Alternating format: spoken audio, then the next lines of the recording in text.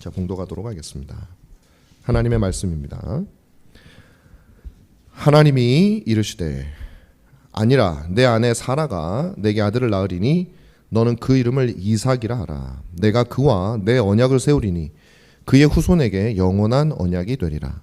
이스마엘에 대하여는 내가 내 말을 들었나니 내가 그에게 복을 주어 그를 매우 크게 생육하고 번성하게 할지라.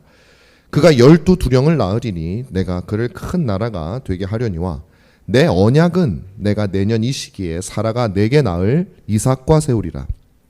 하나님이 아브라함과 말씀을 마치시고 그를 떠나 올라가셨더라. 이 아브라함이 하나님이 자기에게 말씀하신 대로 이 날에 그 아들 이스마엘과 집에서 태어난 모든 자와 돈으로 산 모든 자 곧 아브라함의 집 사람 중 모든 남자를 데려다가 그 포피를 베었으니 아브라함이 그의 포피를 벤 때는 99세였고 그의 아들 이스마엘이 그의 포피를 벤 때는 13세였더라. 그날에 아브라함과 그 아들 이스마엘이 할례를 받았고 그 집의 모든 남자 곧 집에서 태어난 자와 돈으로 이방 사람에게 사온 자가 다 그와 함께 할례를 받았더라. 아멘. 지금 제가 여러 주에 걸쳐서 17장을 하고 있고 또 조금 더 확장하면 아브라함에 관해서 한 지가 꽤 오래된 것 같아요. 그죠? 너무 아쉬워요. 저는 아브라함이 빨리 지나가면 안 되는데 왜냐하면 이 아브라함에게서 배울 게 뭐 그 아브라함의 행동에서 배울 게 있다는 게 아니고요. 하나님께서 그 아브라함을 통해서 역사하시는 그 모습 속에서 우리가 정말 기독교 신앙의 본질이라고 할 만한 것들이 너무 많이 나와요. 그래서 우리는 그것들을 잘 다루고 갔으면 좋겠어요. 하나님께서 전해주시고 싶어 하시는 거죠, 우리에게. 그래서 아브라함의 스토리를 주신 겁니다.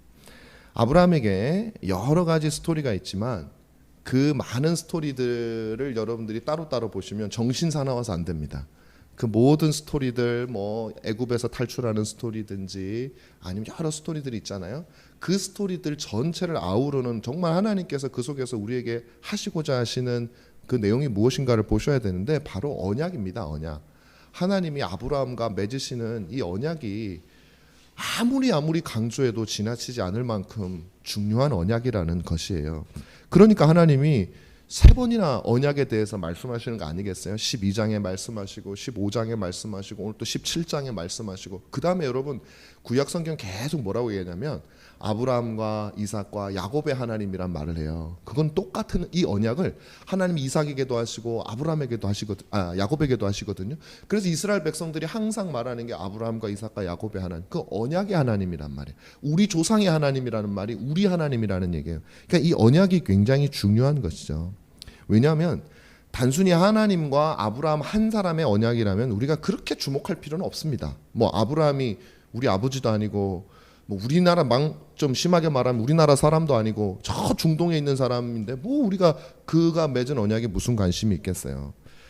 그러나 우리가 이 언약에 관심을 가지는 것은 이 언약이 구약 전체를 관통하는 주제이기 때문에 그래요. 그만큼 중요한 거예요. 학문적으로 접근하는 게 아닙니다. 제가 어저께 이제 어떤 한 사람이랑 대화를 하다가 저한테 제가 지금 고민이 되는 거예요. 저한테 그러는 거예요. 목사님이 하시는 거는 너무 공부 같대요. 공부. 근데 이 설교 끝난 다음에 하는 거를 주로 얘기하는 것이긴 해요. 다 공부 아닌데? 공부하려고 한 게 아니라 그 내용이 너무 중요해서 알려주려고 하는 건데 이 선입견을 가지고 있는 거예요. 제가 뭘 하면은 공부시킨다고 생각을 하는. 여러분 공부하면은 되게 하기 싫잖아요. 좋으세요? 말씀 빨리 반응해 넘어갑니다. 공부하면 하기가 싫단 말이에요. 많은 사람들이 옛날부터 우리 습관이에요. 공부하면 왠지 싫은 거. 근데 공부가 아니고 정말 이것은 알아야 될 것이기 때문에 알려요. 지금도 마찬가지입니다. 혹시 여러분 언약 막 이런 게 나오면 그냥 어떤 스토리나 좀 감동적인 스토리 해주시고 아주 쉽게 물론 쉽게 해야 되지만 이제 그런 것도 필요하지만 또 우리가 꼭 알아야 될 진리의 사실들은 있거든요. 그래서 언약입니다. 근데 이것은 단순히 구약에만 관통하는 언약이 아니라 이 구약 전체가 언약이라는 것은 그 언약이 가르치는 게 뭐냐면 신약에 오시는 예수 그리스도를 가르치고 있는 거예요. 그리고 신약에 오시는 예수 그리스도는 바로 저와 여러분이 하나님과 우리가 하나님과 맺을 이 언약을 위해서 오신 분이라는 거예요. 여러분과 제가 하나님과 언약을 맺지 않으면 우리는 하나님과 상관이 없는 사람이 여기 나오는 이방인들과 똑같은 거예요. 하나님과 언약을 맺어줘야, 그래야 우리는 아브라함처럼 이스라엘 백성들처럼 하나님의 불꽃 같은 눈동자로 우리를 보호하시고 모든 것이 합력해서 우리를 위해서 선을 이루는 그 대상이 되는 거예요. 그 언약을 이루기 위해서 주 예수 그리스도께서 오셨으니 이 아브라함의 언약의 스토리는 바로 우리가 하나님과 맺을 이 복되신 언약의 스토리를 설명해 주고 있는 거죠. 그저 예수님만 설명하는 것보다 그 예수님이 오시기 무려 2000년 전에 예언되어진 그 예수 그리스도라는 사실은 우리에게 그리스도를 믿을 수 있는 믿음을 더해 주는 거예요. 얼마나 놀랍습니까? 아브라함이 시대선으로 따지면 그리스도께서 오시기 전에 한 2000년 전 사람이에요. 지금으로 한 4000년 전 사람입니다. 예수님이 오시기 전에 있었던 2000년 전 사람이, 그 사람에게 주는 언약이 주 예수 그리스도를 통해서 4000년 후에 우리에게 주신 언약과 동일하다는 사실은 성경이 우리가 얼마나 믿음직한 한 책인지를 우리가 알 수 있는 것이죠. 그래서 바로 이 아브라함의 스토리, 그 중에서 제가 언약 부분에 머무르게 되는 거예요. 그만큼 이 부분이 우리의 신앙 가운데 아주 중요한 부분을 말해주고 있기 때문입니다. 오늘 본문을 보면 하나님께서는 아브라함에게 자신과 맺은 언약의 증표로 아브라함의 자손들은 물론이고 그 집에서 난 모든 남자들까지, 그리고 이 손지어는 돈을 주고 산 이방의 종이겠죠. 종들까지, 남자들은 다 할례를 행하라고 그렇게 말했습니다. 여러분, 하나님께서 언약을 맺으시고 그 언약의 증표로 이 할례를 주시는 이유가 뭘까요? 꼭 주셔야만 했나요? 여러분, 성경을 가만히 보시면요, 하나님께서 언약을 맺으실 때마다 항상 증표를 주시는 걸 볼 수가 있어요. 왜 주시는 걸까요? 아주 쉽습니다. 너희가 나와 언약 관계에 있다라는 것을 기억하면서 그에 합당한 신분으로 살라는 거예요. 네 마음에 마음대로 행하거나 네가 살아가는 당대에 언약을 맺지 않는 다른 사람들이 생각하고 다른 사람들이 옳다고 생각하는 그 방식대로 홀라당 넘어가서 그렇게 살지 말고, 너는 나한테 매였으니 이제 내 것이니, 그리고 나는 또 네 것이니 내가 원하는 방식대로 살으라. 그것이 바로 너희에게 복되고 또 내가 너에게 주는 참된 복이라. 하나님께서 그 말씀을 하는 거예요. 그래서 아브라함에게 이 언약대로, 언약 가운데 들어온 아브라함에게 주시는 약속이 뭡니까? 자손과 땅이잖아요. 이 자손과 땅은요, 아브라함이 아직까지 어떻게 보면 구약 성도들이 다 마찬가지예요. 아직까지 영적인 하나님의 뜻을 다 알 만큼 하나님에 대한 지식이 없었어요. 구약에는. 성경도 이때는 기록이 안 돼 있잖아요. 우리는 성경을 그렇게 배워도 아직까지 영적인 걸 얘기하면 많은 분들이 영적인 걸 잘 이해하지 못하고 물질적인 걸로 설명을 해야 느낌이 오는 게 우리인데, 이때는 어떻게 했어요? 그래서 하나님께서 똑같이 그렇게 하는 거예요. 자손과 땅이라고 하는 것만큼 복된 것이 없으므로 그것이 얼마나 복되고 그것을 주는 내가 얼마나 복된지를 알게 하시기 위해서 하나님께서 이렇게 주시는 거예요. 자, 그래서 하나님의 백성의, 언약 백성에 따르는 의무와 그의 뜻대로 우리가 살아갈 때, 순종할 때에 하나님께서 우리에게 그 언약에 합당하는 복을 주신다고 성경은 우리에게 말을 하고 있는 것입니다. 근데 만약에 언약에 들어갔는데 우리가 순종하지 않으면 어떻게 될까요? 아니, 순종할 마음이 안 생기면 어떻게 되겠습니까? 언약에서 쫓겨나겠습니까? 안 쫓겨나겠습니까? 여러분, 내가 아브라함이 하나님과 이 언약을 맺어가지고 그 언약에 들어갔는데 아브라함이 갑자기 하나님 말을 안 듣고 그냥 망나니 짓을 하고 아니면은 이방인들하고 똑같이 살아버려요. 그럼 아브라함이 언약에서 쫓겨나겠습니까? 안 쫓겨나겠습니까? 쫓겨나겠죠. 여러분, 언약에서 쫓겨나는 건 없어요. 은혜 언약은. 제가 결론적으로 묻습니다. 아브라함이 언약에서 쫓겨났습니까? 안 쫓겨났습니까? 아브라함이 순종했습니까? 안 했습니까? 순종했죠. 그게 아브라함이 한 겁니까? 하나님이 그로 하여금 하도록 만들어 가신 겁니까? 하나님이 그로 하여금 만들어 가신 거예요. 우리도 마찬가지예요. 하나님께서 그 은혜의 백성들과 맺으신 은혜의 언약은 그 언약 안에 믿음으로 우리가 들어가서 그 안에서 우리가 하나님의 말씀에 순종하지 않으면 쫓겨나는 그런 언약이 아니에요.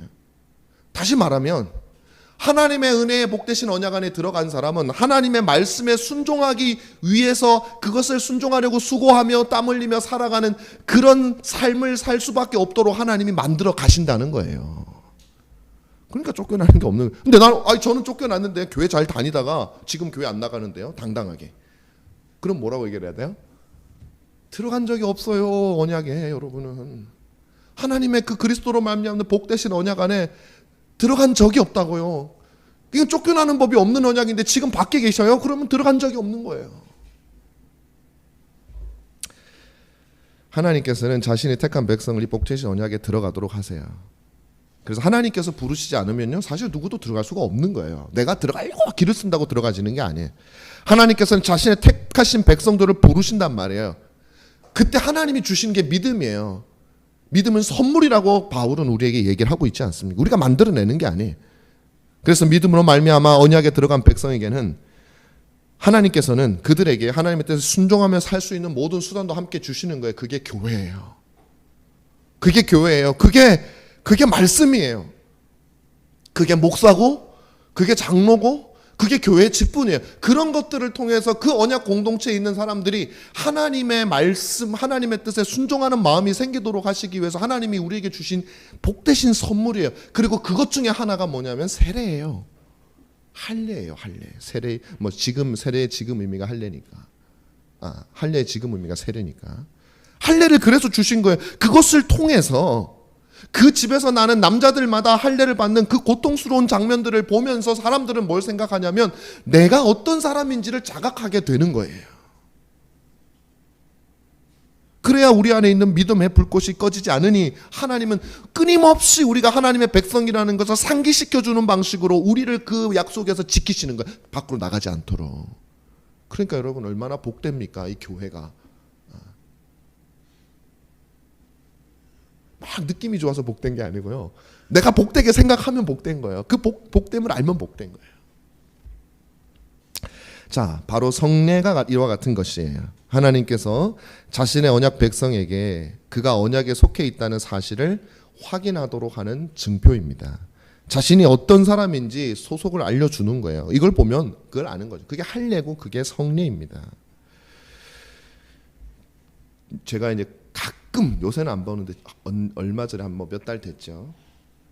요즘 유튜브를 보니까 이 군대 유튜브가 되게 많아요. 군대 요즘 TV로도 하잖아요, 여러분. 강철 부대 아시죠? 강철 부대. 저는 그걸 제대로 본 적이 없는데 그 전에 유튜브로 뭐 이것저것 할 때 제가 좀 본 적이 있어요. 특수 부대들이 나와가지고 하는 그 중에 이제 어떤 특수 부대가 있었냐면 UDT라고 하는 특수 부대가 있어요. 들어보셨죠? UDT. 이건 다 보셔가지고 더 잘 알아 저보다.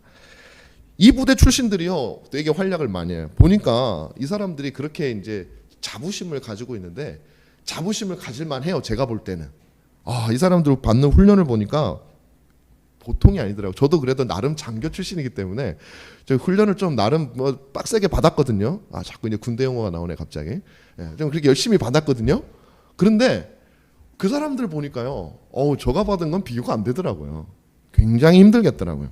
근데 그 힘들고 고통스러운 과정 가운데 아주 특별히 힘든 한 주간의 과정이 있더라고요. 그게 뭐냐면 지옥주라고 하는 거. 지옥주. 이름부터 뭔가 힘든 느낌이 확 나잖아요. 근데 어느 정도로 힘드냐면요, 딱 일단 한 가지만 말씀을 드릴게요. 이 지옥주는 일주일인데 이게 뭐 월요일부터 토요일인지 뭐 일요일까지 포함이 그건 잘 모르겠어요. 일주일인데 일주일 내내 잠을 한 잠도 안 재웁니다. 일단 이걸로 그냥 얼마나 고통스러운지는 나오잖아요. 최소 120시간이 넘는다 그래. 120시간 동안 잠을 안 자는 거예요. 아예 안 재우는 거예요. 그리고 훈련을 계속하는 거예요. 물론 뭐 잠깐 쉬는 시간은 있겠죠. 밤에도 훈련하고, 근데 거기다 플러스 일주일 동안 그 UDT는 해군이기 때문에 바다에서 계속 훈련을 하거든요. 일주일 동안 그 옷을 한 번도 안 갈아입어야 된대요.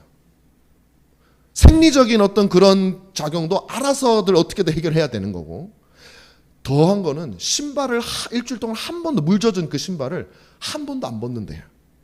그래서 그걸 하고 나면요, 뭐 다 그런 건 아니겠죠. 어떤 사람 한 얘기를 들었는데 10개 발톱이 다 빠졌다는 거예요. 그 일주일 하고 나니까.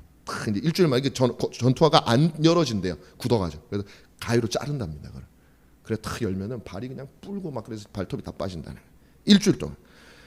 자, 그래서 붙여진 이름이 이제 지옥주라는 건데, 이 훈련을 마쳐야 이제 UDT가 되는 거예요. 근데 우리나라 UDT 대원 중에 제일 유명한 사람이 누굴까요? 이근대위라고 있습니다. 이근대. 또 들어보셨죠? 우리 아들이 되게 좋아하는 사람인데, 이근대위. 이 이근대위는요 미국 사람이에요. 교포 출신입니다. 교포 출신. 근데 이 사람이 한국에 와서 UDT 훈련을 받았어요. 그런데 미국에서도 군사학교를 다녀가지고 되게 이제 잘하는 모양이에요. 근데 미국 네이비실이라고 해서 한국 UDT하고 거의 비슷한 우리가 모방한 그 부대로 가서 거기서도 훈련을 받은 사람이에요. 근데 거기서 이 사람이 서론이 너무 기네, 그죠? 1주 동안 훈련을 받았어요. 지옥주를 거기서 받은 거예요. 일주일 동안 잠도 안 자고 그 고된 훈련을 받고 그 훈련의 제일 마지막 부분에 그 교육생들을 쭉 세워놓더래, 해변가에. 그러고서 또 끝났나 싶었는데 갑자기 뒤를 돌아보라고 하는 거예요. 바다를 보라고.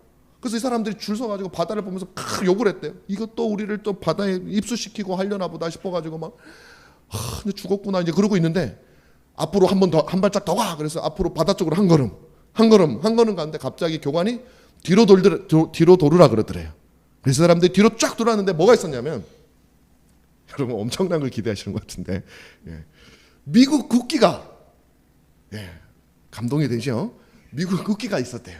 제가 이 말씀을 드려요. 우리는 감동이 안 돼요. 왜? 우리는 지옥주를 안 받아봤으니까. 그 이근대회가 말하는 게 그 과정을 겪고 나서 뒤를 돌아서 마지막 과정으로 미국 국기를 딱 보는데, 자기는 한국 사람인데, 물론 미국에 오래 살았지만 한국 사람인데 없던 애국심이 막 솟아나더라는 거예요. 너무 감격스럽고 너무 좋아서 자기가 어떻게 했냐면, 이 사람이 한국에 와 그 훈련 받고 와가지고 UDT 교관을 했어요. 우리나라. 거기서 이 과정을 만든 거예요. 이 과정이 아니라 태극기를 갖다가 200만 원인가 300만 원 주고 사와가지고 한국 사람들 똑같이 훈련 받고 제일 마지막에 건물에서 태극기를 쫙 내리면 사람들이 돌아서는데, 그때 막 감격이 치솟는데, 아 내가 한국 사람이구나, 아 내가 충성을 다해야 될 대상은 조국이구나, 뭐 이러면서 막 눈물을 그렇게 흘린다는 거예요. 제가 이 할례가 왜 필요하냐, 하나님께서 우리에게 왜 할례를 주셨냐, 저는 바로 이런 거라고 생각을 해요.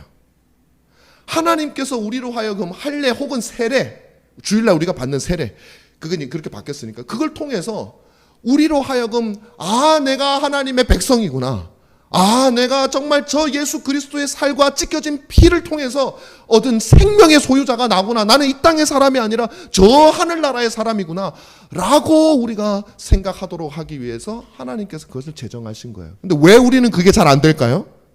고생을 안 해서 그래요. 고생을 안 해서. 편하거든 세상이. 나는 뭐 지옥주를 해본 적이 없는데 그게 되나.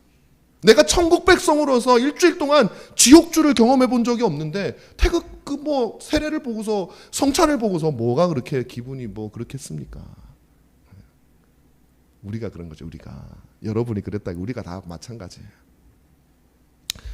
세례, 할례는 우리로 하여금 우리가 누구며, 우리가 이 땅에서 무엇을 해야 되며, 우리가 무엇을 향해서 나아가는 존재인지를 계속 생각나게 해주는 하나님의 수단이에요. 오늘 본문에서 하나님은 아브라함에게 이 할례를 자신의 모든 자손들에게 주라 이렇게 말씀하시죠. 여기에는 이삭도 포함되고 이스마엘도 포함되죠. 근데 가만 보세요. 이때는 아직 이삭이 태어나기 전이에요. 그러니 할례를 받은 사람은 이스마엘밖에 없어요. 자, 그런데 이 할례의 의미는 뭐라 그랬어요? 하나님의 언약 안에 들어와 있다라는 의미라고 얘기했죠. 너가 하나님의 언약 백성이라는 말이라고 했죠. 그러면 이스마엘은 이 할례를 통해서 하나님의 언약에 들어와 있는 사람이 된 거죠. 언약에도 없는 사람한테 할례를 줘서 뭐 하겠어요? 그런데 오늘 본문 말씀을 보면 이상합니다. 왜냐하면 하나님께서 아브라함에게 뭐라고 말씀하셔요? 사라를 통해서 이삭이 날 것인데, 이렇게 19절에 내 아내 사라가 내게 아들을 낳으니 너는 그 이름을 이삭이라 하라. 내가 그와 내 언약을 세우리니 그의 후손에게 영원한 언약이 되리라. 이스마엘이 아니냐, 태어나지도 않은 이삭과 세운다 그러네요. 21절에도 내 언약은 내가 내년 이 시기에 사라가 내게 낳을 이삭과 세우리라. 이쯤 되면은 이스마엘은 지금 직접 안 들어서 그렇지, 들으면 화가 나야죠. 아니 왜 나한테, 나는 언약 백성도 아닌데 나는 왜 이 고통을 치러야 되는 거예요? 13살이나 돼가지고. 여러분 왜 그럴까요? 이삭이 할례를 받는 건 이해가 되는데 이스마엘은 무슨 죄입니까 이게? 이거 생각해야 돼요. 먼저 우리가 여기서 살펴볼 것은 뭐냐면, 왜 그러냐 이걸 떠나서 성경은 뭐라고 얘기하냐면, 그런 어떻게 보면 제가 생각해도 이상한 것을 아브라함은 분명히 생각했을 거예요. 아니 내 큰아들을 어쩌고, 근데 걔는 왜 할례를 주죠? 온갖 의문이 일어났을 겁니다. 아니 그리고 내 나이가 지금 99살인데 주시려면 빨리 하든지, 내가 지금 살 날도 얼마 안 남은 것 같은데 지금 이 나이에? 그리고 내 식솔들 혹은 내 밑에 있는 사람들한테 그 고통스러운, 상상을 해보십시오 여러분. 그 얼마나 고통스럽겠어요. 그 고통스러운 것을 한다고 이 사람들이 반란을 일으키면 어떡하죠? 이게 뭐 하는 짓이냐고. 나는 믿음도 없는데 왜 그러냐고. 온갖 의문이 들지 않겠습니까? 그런데 어떡합니까? 아브라함은 그것을 순종한다 이 말이에요. 언제? 바로 그날에, 그 하나님의 명령을 들은 그날에 온갖 의문과 온갖 모든 것이 궁금하고 말도 안 되는 것 같고 동의하기 힘든 것들이 있음에도 불구하고 아브라함은 시간을 끌지도 않고 바로 그날에 모든 사람들을, 어떻게 설득했는지는 알 수 없지만 모든 사람들을 할례를 주는 거예요. 우리가 이거 하나를 배울 수 있어요. 아브라함은 믿음의 사람이에요. 그래서 믿음의 조상인 거예요. 그래서 은혜 언약인 거예요. 이 언약이 하나님과 우리가 맺은 언약을 보여주는 거예요. 그 언약은 믿음으로 들어가지만 뭐가 따른다고 그랬어요? 순종이 따른다고. 이 순종이 있는 거예요. 순종이.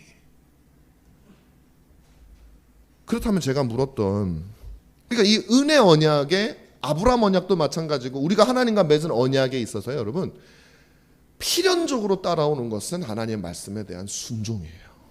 여러분 이걸 꼭 기억하셔야 됩니다. 이건 100% 안 지키면 뭐 그런 뜻이 아니에요. 순종을 하기를 원하는 마음과 내가 순종하지 못하는 나를 안타까워하는 마음과, 그래서 제가 하나님의 뜻을 분별할 수만 있으면 주의 뜻을 순종하는 것이 나에게 기쁨이라고 하는 마음이 있느냐의 문제예요. 이거는 순종해야 될 이유가 있느냐라는 것이죠. 여러분들에게 기쁨으로.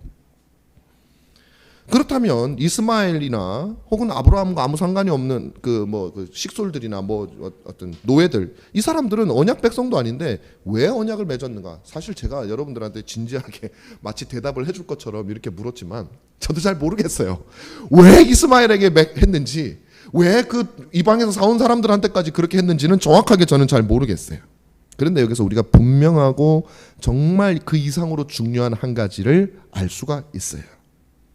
그것은 무엇이냐면 언약이 할례를 통해서 반드시 가는 것은 아니라는 것. 좀 쉽게 말하면 할례를 받았다고 해서 모두가 다 하나님의 언약 백성은 아니라는 거예요.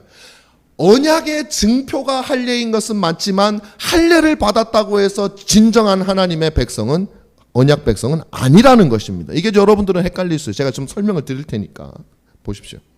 외적인 할례를 받는 것이 반드시 그가 이삭이라는 얘기는 아니라는 거예요. 이스마엘일 수도 있다는 거예요.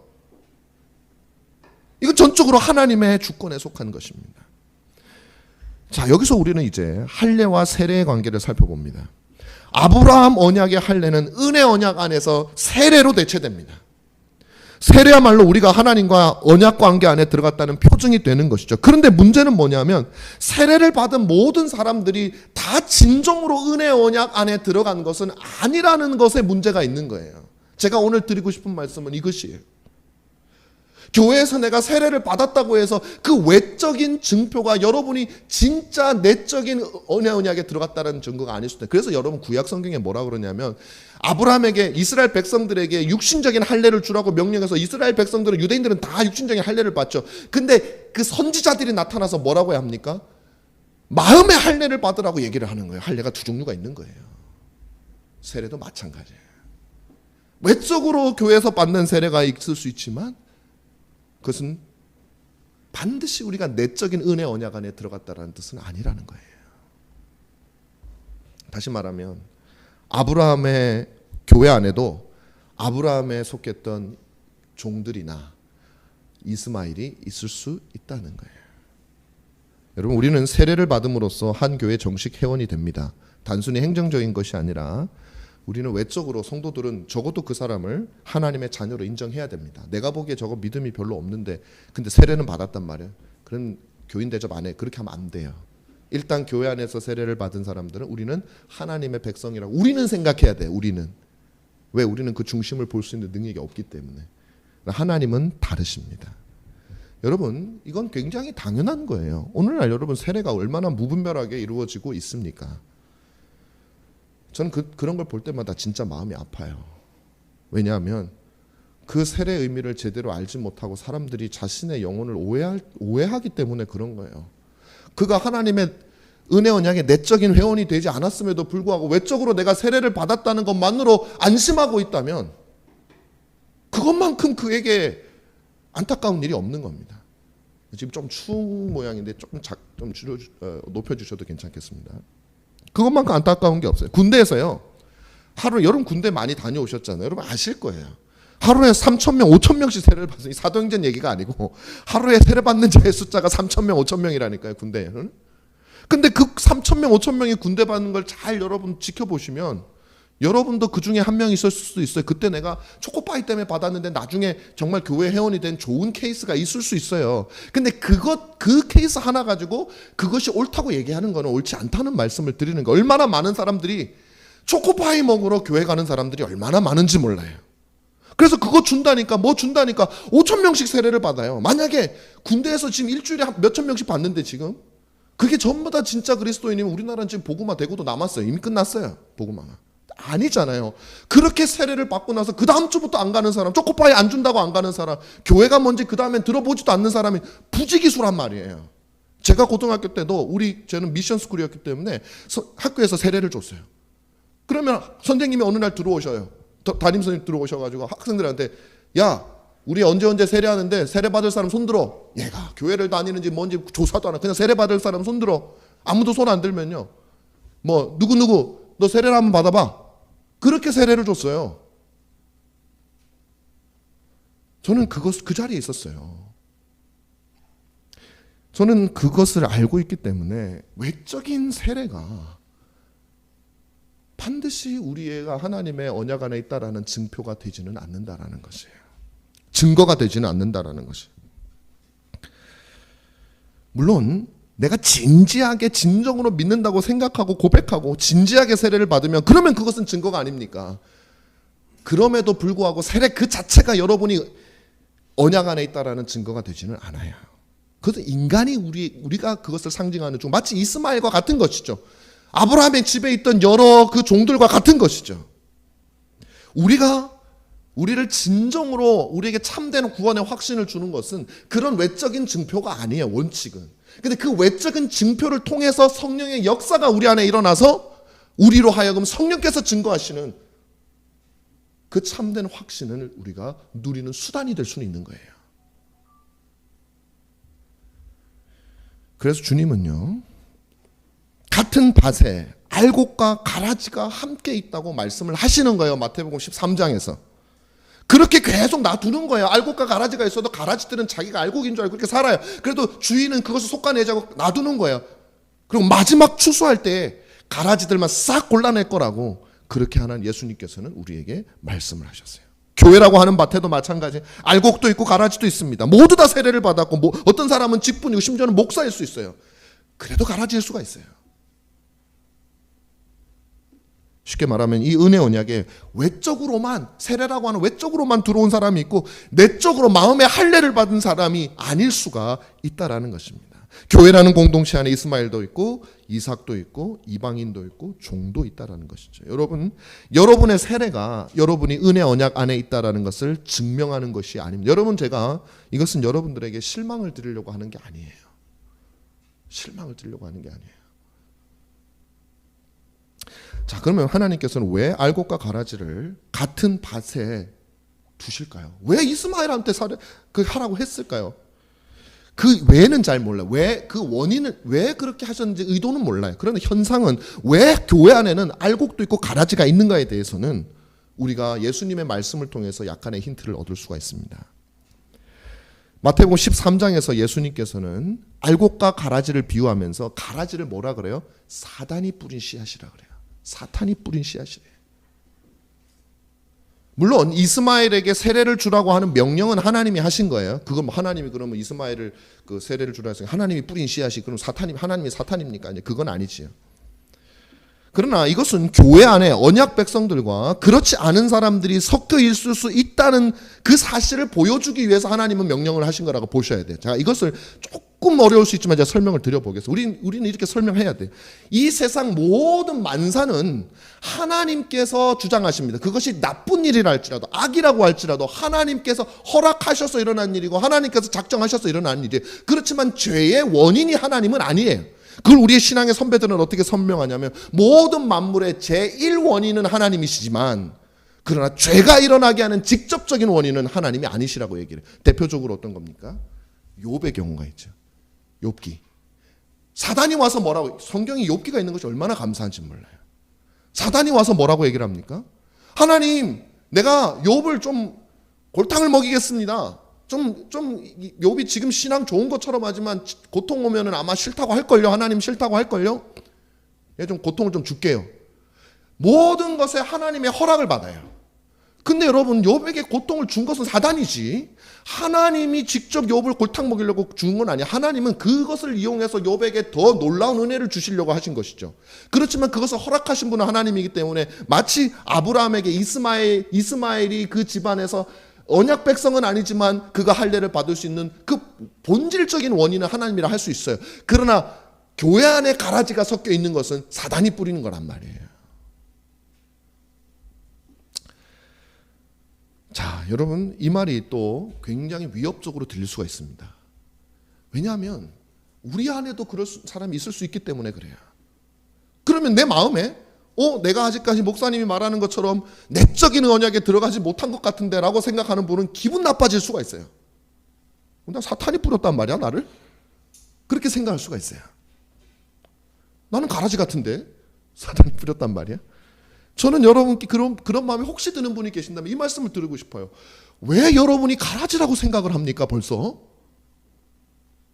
지금 내 마음에 그런 경험이 없다 할지라도 하나님이 창세전에 여러분을 택해서 어쩌면 지금 이 메시지를 듣고 여러분이 변화될 수도 있고, 아니면 다음 주에 1년 후에 10년 후에 바뀌어질 수도 있기 때문에 여러분 스스로 지금 내 안에 어떤 그런 경험이 없다고 해서 나는 가라지야, 나는 사탄이 뿌렸어 라고 절대 생각할 필요가 없어요. 제가 지금 말씀을 드리는 것도 당신은 가짜니 사탄이 뿌려준 씨앗이요, 당신이 세례는 받았지만 외적으로만 은혜 언약에 속했을 뿐 내적으로는 속하지 않았으니 지옥에 갈 것입니다. 이 말을 하려고 하는 것이 눈꽃만큼도 아니에요. 저는 여러분 모두가 다 하나님의 은혜 언약에 외적으로만 속한 것이 아니라 이 메시지를 통해서, 혹은 앞으로 가르쳐지는 메시지를 통해서 여러분들 모두가 자신의 영혼에 대해서 조금 염려하고 근심하며 하나님의 은혜를 발견하는 그 길로 나아가기를 위해서 여러분들에게 말씀을 드리는, 여러분 모두가 이삭이 되시기를 위해서 여러분께 말씀을 드리는 거예요.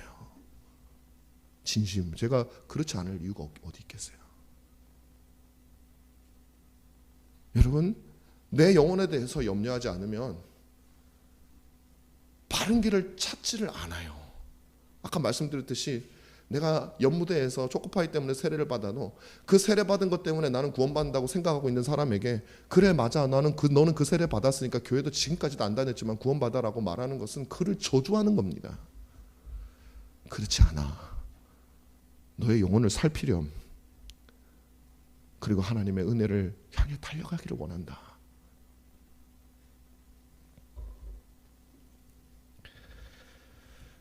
그러나 반대로 제가 그래서 여러분들이 가라지라고 생각하지 마시라는 거예요.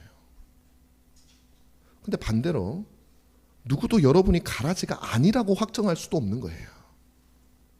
오로지 여러분 자신뿐입니다. 하나님께서 만약 여러분에게 은혜를 베푸신다면 여러분은 더 이상 기다리지 말고 그리스도께로 나오시면 돼요. 여러분의 영혼에 대해서 염려가 들면 그것을 억누르지 마시고 한번 다시 그런가 살펴보시면 돼요. 사도 바울이 헤롯에게 말했어요. 막 복음에 대해서 설명을 했어요. 그랬더니 그가 뭐라고 얘기합니까? 자기의 마음에 근심이 들어요. 그러면 더 알아보아야 되는데 근심이 드는 게 싫어서 그만 얘기하라 그러고 그는 여전히 완악한 길로 가버리는 거예요. 우리는 그래서는 안 되는 겁니다. 그리스도께로 나오시면 됩니다. 하나님과의 은혜 언약을 거부하지 마십시오. 우리의 힘은 연약한 거예요. 그리스도께서 주시는 약속을 여러분 거부하지 마시고 모두가 다 받으십시오. 그러면 여러분은 가라지가 아닌 거예요. 미루면 미룰수록, 저는 이 말씀을 준비하면서 마음이 굉장히 간절해졌어요. 미루면 미룰수록 더 힘들어진다는 것이 얼마나 사실인가 하는 걸 제가 깨달았어요. 여러분, 인간의 마음은 나이가 들면 들수록 마음은 완악해져 갑니다. 내가 나중에 믿어야지. 뭐 지금은 내가 즐길 게 너무 많으니까 나중에 늙어서, 여러분, 늙으면 더 믿기 힘들어져요. 우리 마음은 그렇게 간단하지가 않습니다. 하나님이 나이가 많이 들었는데 그래도 여러분 지금이 제일 빠른 때예요. 지금보다 1초가 지나면 1초만큼 더 어려워집니다. 지금이 가장 빠른 때고 지금이 가장 적합한 시기입니다. 바로 지금이 구원의 날입니다.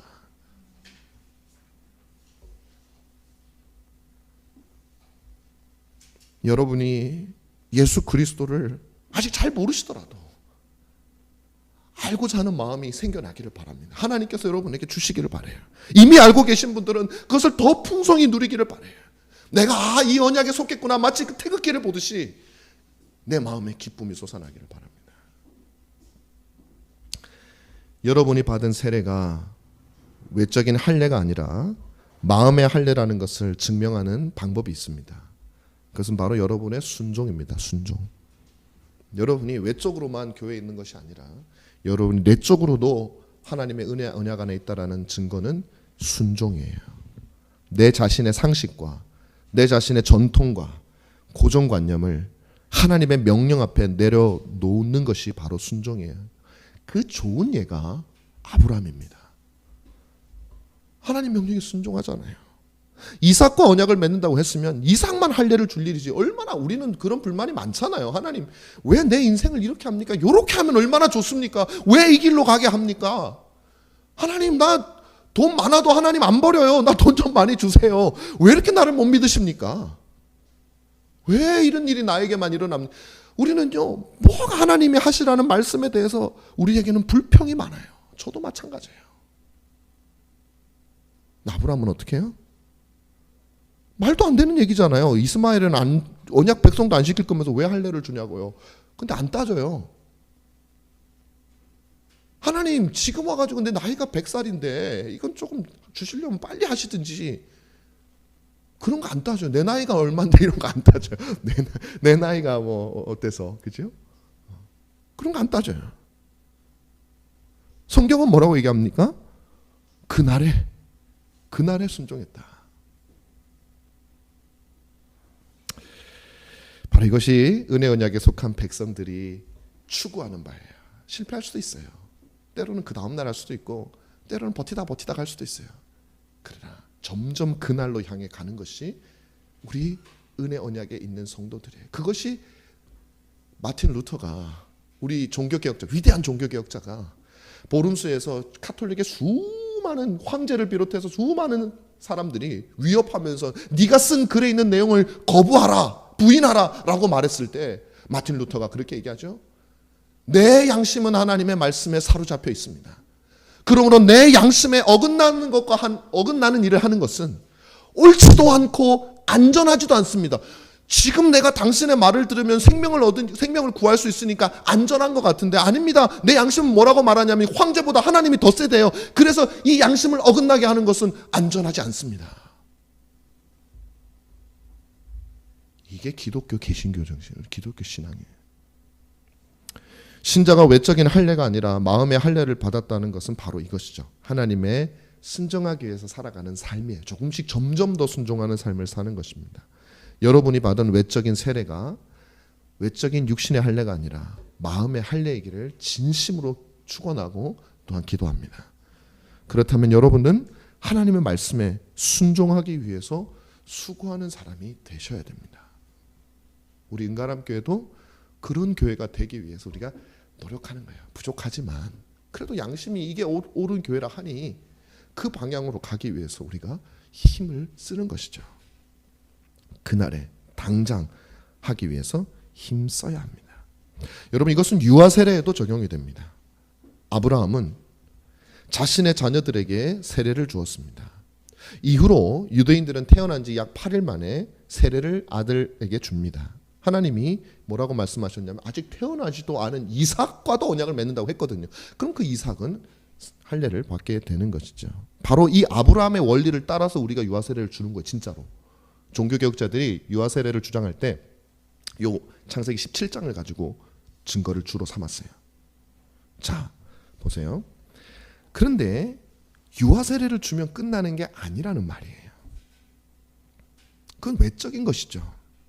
우리는 이 아이가, 내 아이가 하나님의 말씀에 순종하는 아이, 다시 말하면 외적으로는 하나님의 백성이 되었으나, 교회 회원이 되었으나, 그 아이가 마음의 할례를 받아 진짜 내적으로 은혜 언약에 들어가는 그 아이가 되도록 부모는 할 수 있는 모든 것을 다 해야 됩니다. 그거 하겠다라는 선언을 하는 것이 부모가 함께 나와서 유아 세례를 받는 거예요. 하나님께서는 한 아이를 자신의 백성으로 택정하실 때에 그것을 위한 수단까지도 함께 작정을 하신 거예요. 예정해 놓으셨어요. 그 예정이 뭐냐면, 신자의 가정에서 태어난 아이는 그 부모가 바로 그 아이가 구원에 이르게 하는 수단이에요. 하나님이 정해놓으신 수단이에요. 부모가 그것을 사용하지 않으면 그 아이의 운명은 몰라요. 목사 아닙니다, 여러분. 주일학교 교사 아닙니다. 그거 사람들이 만든 거예요. 성경에 어디 교사 그런 게 어디 있어요. 부모에 대한 얘기죠.